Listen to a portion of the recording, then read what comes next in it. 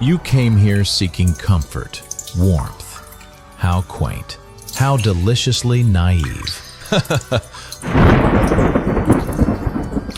Once upon a midnight dreary, while I pondered, weak and weary, over many a quaint and curious volume of forgotten lore, while I nodded, nearly napping, suddenly there came a tapping, as of someone gently rapping at my chamber door. Charming story, isn't it? But Edgar never found out what was really on the other side of that door. This theater was built for ruin, darling. The seats were never meant for leaving. I tend the stage. I keep the light. And I have such stories to tell. The kind that follow you home at night. The kind that know you rather well. So sit, be still. Don't fidget now. The curtain rises whether you're ready or not. Mwahaha. Welcome to Ruin. Ah, you're still here. How optimistic. Let me show you what we do in this theater. Stories about choices, about consequences, about the things that come knocking when you've ignored the warnings for far too long. This first tale, a woman building a stone wall on the Yorkshire moors. Something was tapping from inside, something patient, something that only wanted out. She should have listened.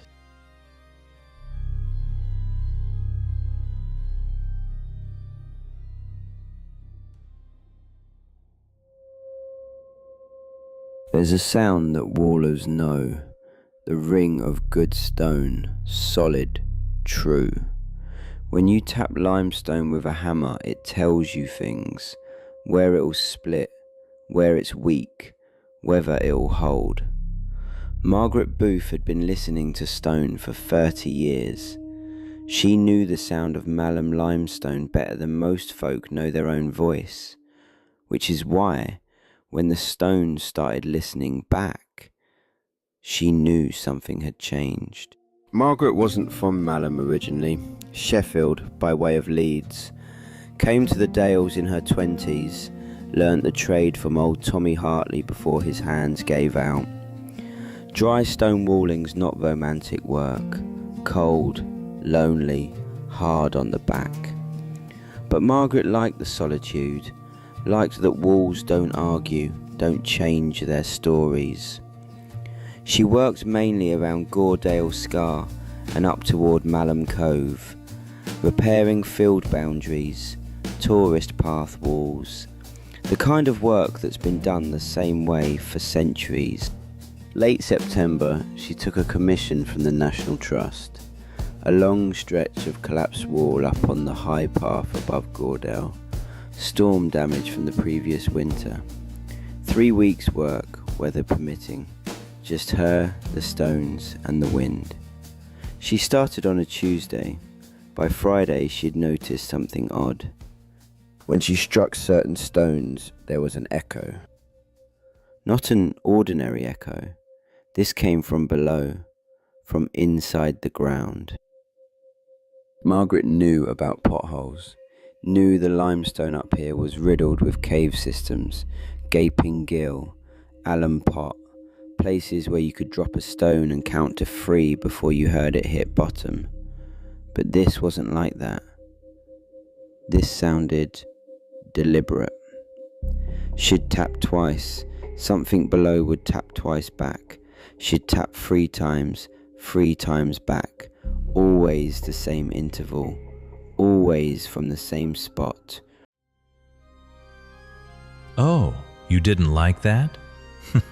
How delightful. But not all ruin comes from the dark. Sometimes it comes from the sea, from greed, from a woman who thought she could take everything and the ocean would simply let her. This next story, a sailboat, a Yorkshire port, a family trust, and the inevitable reckoning. Davy Jones always collects his due. We cast off. Patience moved smoothly out of the harbour, her sails filling with the northeast breeze. The harbour master watched us go, gave me a nod. Once we cleared the harbour walls, the sea was restless, not vicious but assertive, 4-foot swells with wind gusts, the kind of conditions that remind you the North Sea doesn't care about you or your problems. Eleanor sat in the cockpit, one hand on the rail, not comfortable but putting on a show of it. "Thomas," she began, "about the settlement."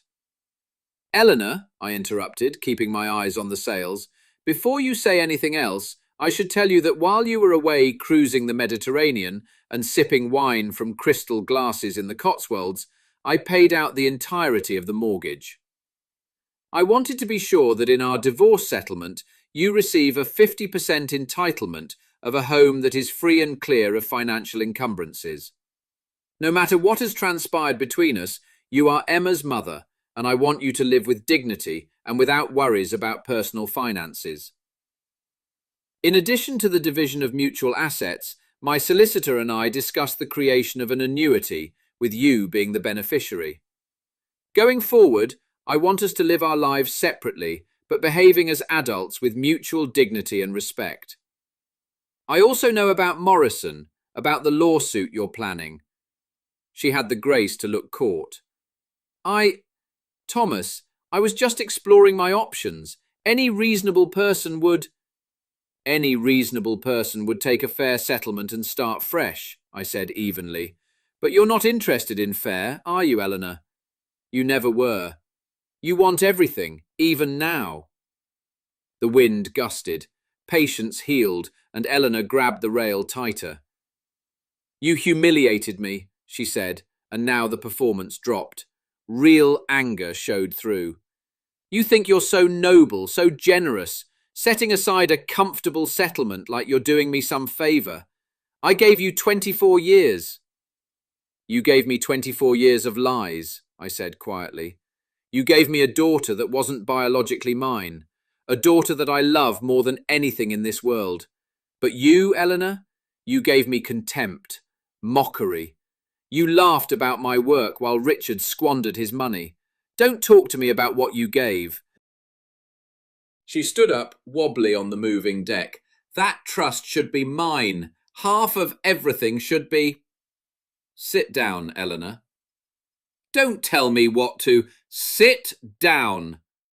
Still breathing? Remarkable. These stories, and others like them, are waiting for you.